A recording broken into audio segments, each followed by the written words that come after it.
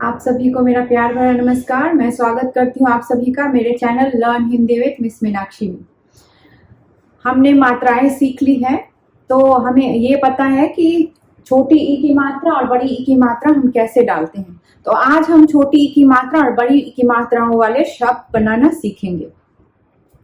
शब्द बनाते टाइम मैंने समझाया था कि शब्द वे होते हैं जो दो या दो से अधिक लेटर्स यानी मोर देन टू लेटर्स से बने होते हैं। दो या दो से अधिक वर्णों को जोड़ने से शब्द बनता है। और वो शब्द कैसे होने चाहिए? मीनिंगफुल होने चाहिए। अगर शब्द का कोई मीनिंग नहीं है तो वो शब्द को शब्द नहीं मानेंगे। तो आज हम सीख रहे हैं छोटी ई और बड़ी ई की मात्रा वाले शब्द। तो पहले हम कुछ एग्जाम्पल देखेंगे जिसमें फर्स्ट लेटर के ऊपर छोटी ई की मात्रा आती है। और हमने आ की मात्रा वाले शब्द ऑलरेडी सीख लिए हैं। आ की मात्रा सीख ली है, सारी मात्राएं हमने सीख ली है। तो ये भी हो सकता है कि कुछ जो शब्द मैं यहाँ लिखूंगी वहां मिक्स ऑफ मात्रास, मतलब छोटी ई की मात्रा के साथ आ की मात्रा भी हो सकती है। तो चलिए हम आगे बढ़ते हैं और छोटी ई और बड़ी ई की मात्रा वाले शब्दों को ध्यान से बनाना सीखते हैं। छोटी ई की मात्रा का साउंड छोटा होता है, राइट? तो उसके लिए हम साउंड को ध्यान से सुनेंगे। जब आपको स्पेलिंग लिखने के लिए बोला जाए तो आप उसको ध्यान से सुनेंगे कि उसका जो साउंड है वो कैसा है। मैं यहाँ छोटी ई और बड़ी ई दोनों की मात्राओं वाले शब्द साथ साथ में ही लिखूंगी ताकि आपको साउंड और भी क्लियर हो जाए। तो जैसे छोटी ई की मात्रा वाला एक शब्द है बिल, बिल। ओके, तो यहाँ सुनाई दे रहा होगा ब में कौन सी मात्रा? ई, छोटी ई की मात्रा, बिल। और दूसरा यहाँ पे हम एक लिखते हैं नीड, नीड।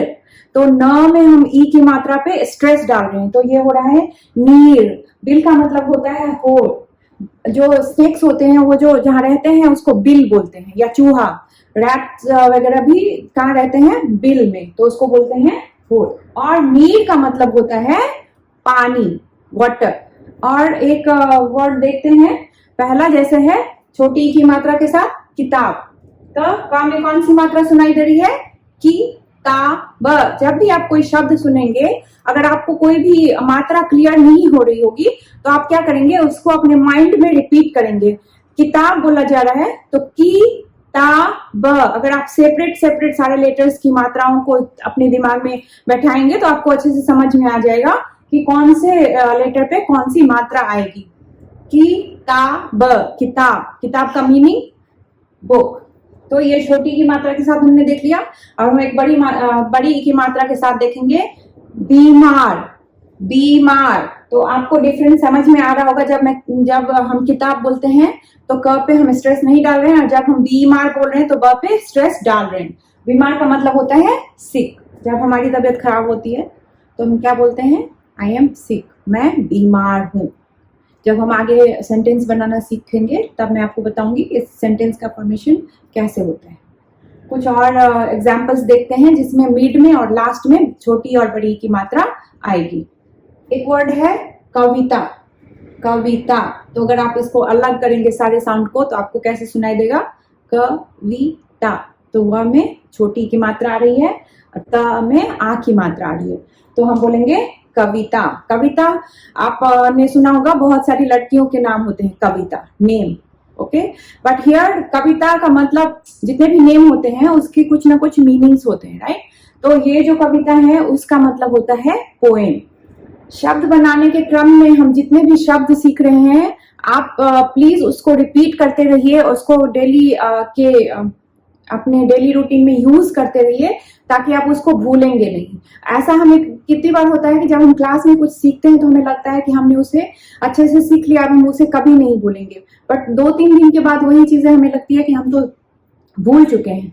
तो इसका सबसे आसान तरीका है कि जो भी आपने सीखा है उसको बार बार रिपीट करते रहे, तो आपको उसको कभी नहीं भूलेंगे। दूसरा एक देखते हैं जिसमें मिड में बड़ी ई की मात्रा आती है, कमीज, कमीज, कमीज। ज आप देख रहे होंगे कि ज में ज के नीचे हम जब डॉट डालते हैं तो वो हो जाता है ज। तो कमीज, कमीज का मतलब होता है शर्ट। एक एग्जाम्पल देखते हैं जिसमें छोटी और बड़ी की मात्रा लास्ट में आती है। क्योंकि, क्योंकि, क्योंकि, यहाँ पे य में आपको नेजल साउंड सुनाई दे रहा है, इट्स नॉट क्योंकि, राइट, इट्स क्योंकि। तो जब भी हम नेजल साउंड सुनते हैं तो वह हमें क्या डालना होता है, एक डॉट डालना होता है। तो क्योंकि का मतलब क्या होता है, बिकॉज। और बड़ी ई की मात्रा से एंड होने वाले शब्द हैं थाली, थाली, थाली, इसका मतलब होता है प्लेट, जिसमें हम खाना खाते हैं उसको बोलते हैं थाली। यहाँ पे मैं आपको एक ट्रिक देना चाहती हूँ जिससे आपको स्पेलिंग्स लिखने में बहुत ज्यादा कठिनाई नहीं होगी। मोस्टली जो ई की मात्रा से एंडिंग वाले शब्द होते हैं, means the word which is ending with ई की मात्रा, mostly, I am not saying all, mostly क्या होते हैं, बड़ी ई की मात्रा से खत्म होते हैं, एंडिंग इज बड़ी ई की मात्रा।